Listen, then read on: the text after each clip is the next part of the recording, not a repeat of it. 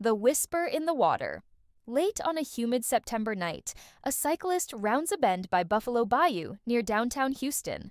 The moon is heavy, the air thick, and the city hums somewhere beyond the trees and shadows. The rider slows. Something is in the water. Moments later, the diver team of Houston police is wading in, pulling a lifeless form from the murky current. Another body. The city holds its breath. This is the sixth in a strange, alarming string of discoveries. 6 bodies found in Houston's bayous in barely 2 weeks. Social media lights up, theories spread, a name starts being whispered, the Bayou Killer. And now people everywhere ask, is this a serial killer at work? Between mid-September and late September 2025, 6 bodies were recovered from different waterways in Houston. In Houston's broader context, 14 bodies have been discovered in the city's bayous in 2025 so far. In 2024, there were 24 bodies recovered in Houston's waterways, and in 2025, the count is tracking closely. Houston's mayor, John Whitmire, has publicly denied that there is evidence of a serial killer in Houston. Police Chief Noe Diaz Jr. has echoed that there is no indication the cases are linked, at least not yet.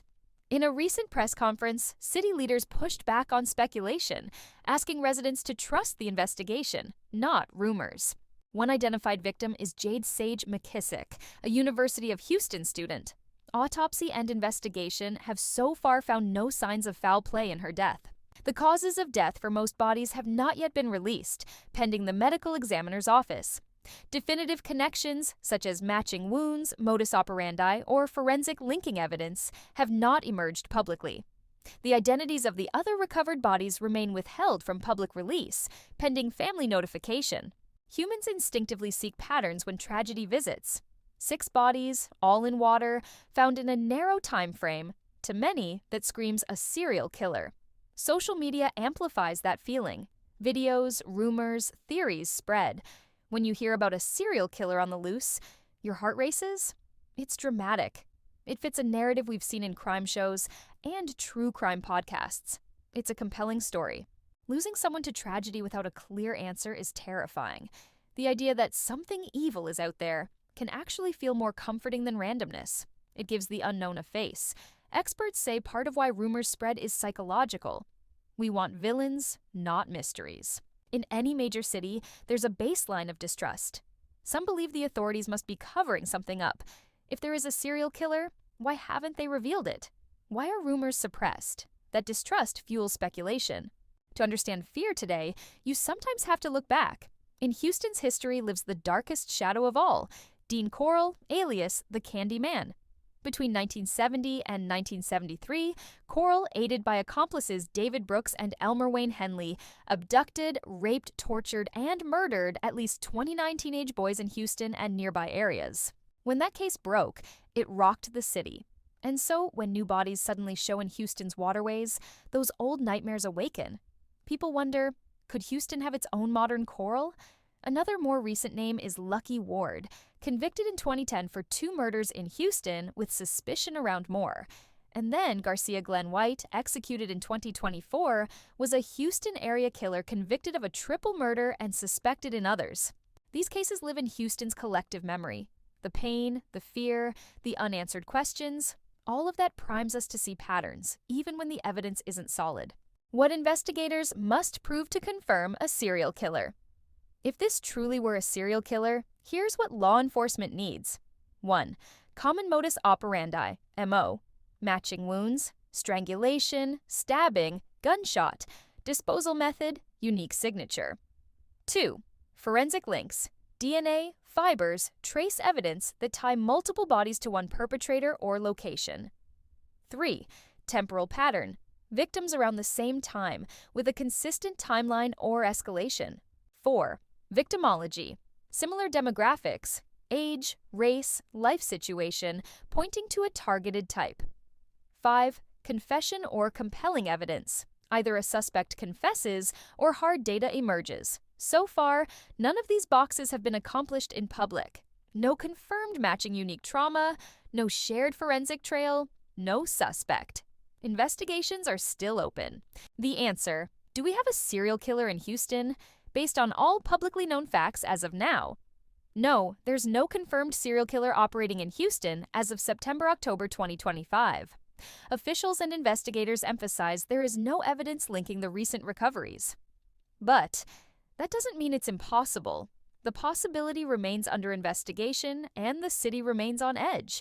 Houston is no stranger to crime headlines, but this latest string of discoveries feels different. In coffee shops, barber shops, and college dorm rooms, whispers spread.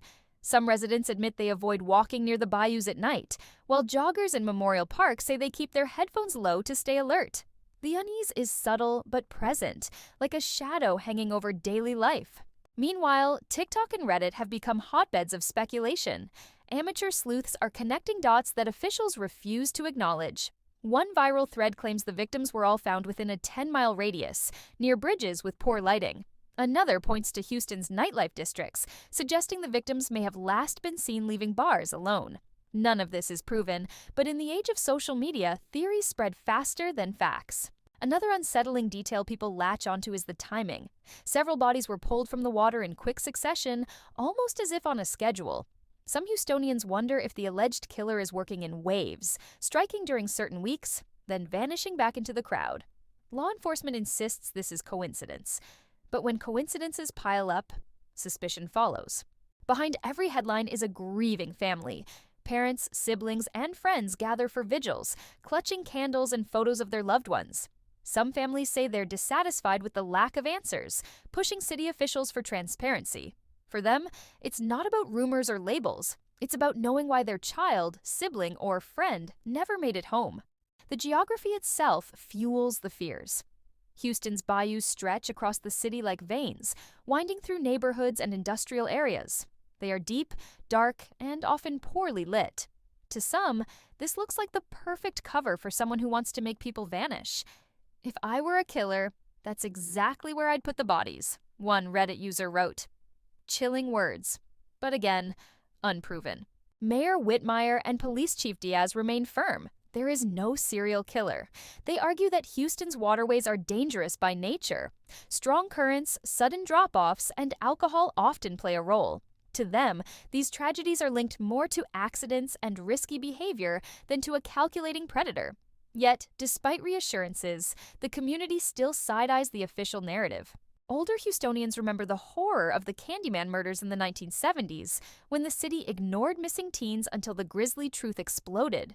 The memory of that failure lingers, making it harder for citizens to blindly trust reassurances now.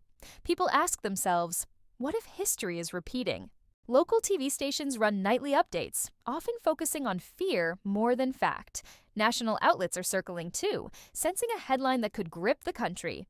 True crime podcasters are already preparing episodes, and YouTube creators, like you, are picking apart every detail.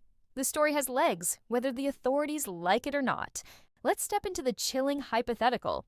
If this truly were a serial killer, Houston could be dealing with someone clever, someone who knows the waterways well, and someone who understands how fear spreads. The idea that such a person could be blending into Houston's 2.3 million residents is terrifying. Even if police say otherwise, the possibility can't fully be erased. So, where does that leave us? We have bodies, unanswered autopsies, frightened residents, and a city insisting there is no killer. But we also have history, pattern-seeking minds, and a media machine that thrives on mystery. Whether Houston is battling a criminal mastermind or a tragic run of accidents, the story is far from over. And as investigators dig deeper, one question echoes louder. Will the truth rise to the surface or remain drowned in the bayou's silence? So, that's the story, or rather the mystery, surrounding what some are calling the alleged Bayou Killer in Houston, Texas. Whether it's truth, speculation, or something that hasn't yet been uncovered, nobody truly knows. What we do know is that fear spreads faster than facts, and until more answers surface, we can only watch, wonder, and protect our peace. And while we're here, let's add a touch of confidence and beauty back into all this mystery. Check out my press-on nail collection, linked down below. I'm wearing one of my newest sets in today's video, and it's giving bold, mysterious, and beautiful, the perfect vibe for nail lovers who love a little drama and storytelling. Everything discussed in this video is alleged. I wasn't there, and all the information I shared came from various blogger sources and online reports. Please, always take everything with a grain of salt. Do your own research and stay aware of your surroundings. Wherever you are in the world, be mindful, safe, and prayed up, because you never know what's really lurking in the dark.